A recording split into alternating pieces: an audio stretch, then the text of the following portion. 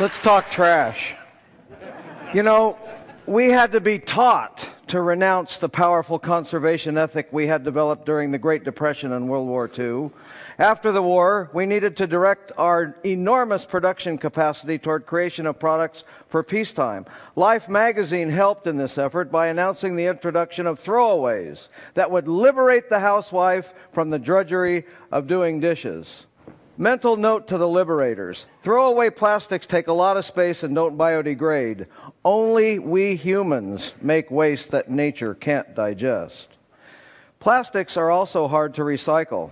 A teacher told me how to express the under 5% of total plastics recovered in our waste stream. It's diddly point squat. That's the percentage we recycle. Now, melting point has a lot to do with this. Plastic is not purified by the remelting process like glass and metal. It begins to melt below the boiling point of water and does not drive off oily contaminants, for which it is a sponge. Half of each year's 100 billion pounds of thermoplastic pellets will be made into fast-track trash. A large, unruly fraction of our trash will flow down rivers to the sea.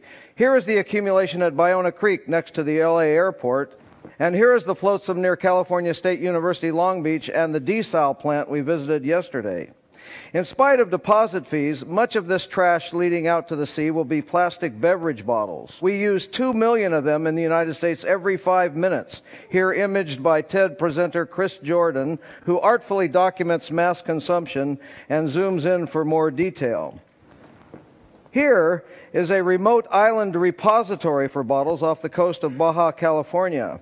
Isla San Roque is an uninhabited bird rookery off Baja's sparsely populated central coast. Notice that the bottles here have caps on them. Bottles made of polyethylene terephthalate, PET, will sink in seawater and not make it this far from civilization. Also, the caps are produced in separate factories from a different plastic, polypropylene. They will float in seawater, but unfortunately do not get recycled under the bottle bills. Let's trace the journey of the millions of caps that make it to sea solo. After a year, the ones from Japan are heading straight across the Pacific, while ours get caught in the California current and first head down to the latitude of Cabo San Lucas. After 10 years, a lot of the Japanese caps are in what we call the Eastern Garbage Patch, while ours litter the Philippines.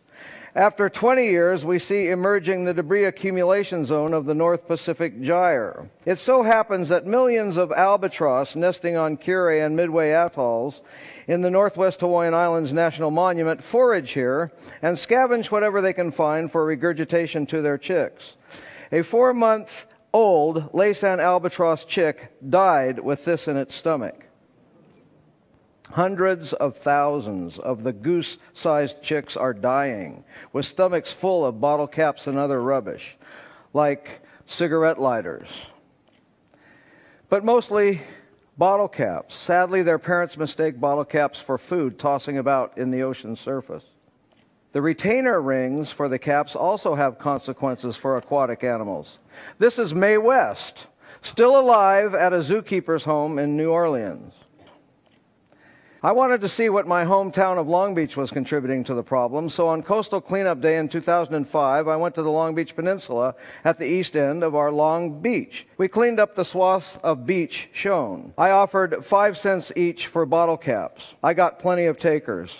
Here are the 1,100 bottle caps they collected. I thought I would spend $20 that day. I ended up spending nearly 60. I separated them by color and put them on display the next Earth Day at Cabrillo Marine Aquarium in San Pedro.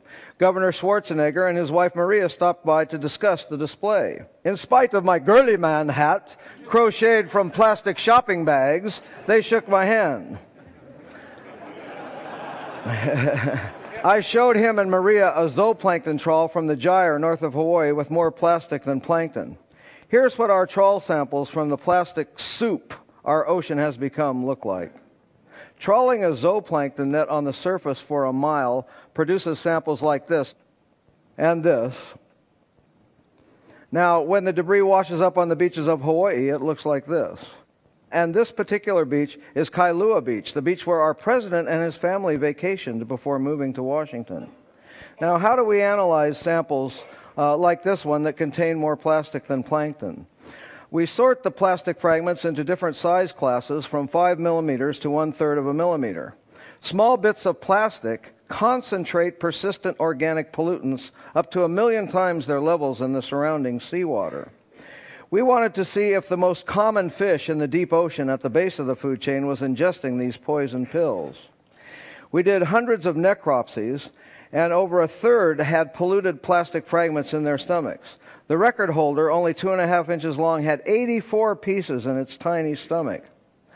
Now, you can buy certified organic produce, but no fishmonger on earth can sell you a certified organic wild-caught fish. This is the legacy we are leaving to future generations. The throwaway society cannot be contained. It has gone global. We simply cannot store and maintain or recycle all our stuff. We have to throw it away. Now, the market can do a lot for us, but it can't fix the natural system in the ocean we've broken. All the king's horses and all the king's men will never gather up all the plastic and put the ocean back together again. The levels are increasing. The amount of packaging is increasing. The throwaway concept of living is proliferating, and it's showing up in the ocean. He offers no hope of cleaning it up. Straining the ocean for plastic would be beyond the budget of any country, and it might kill untold amounts of sea life in the process. The solution, Moore says, is to stop the plastic at its source. Stop it on land before it falls into the ocean. There's your typical t-shirt shopping bag. And in a plastic-wrapped and packaged world, he doesn't hold out much hope for that either. This is Brian Rooney for Nightline in Long Beach, California.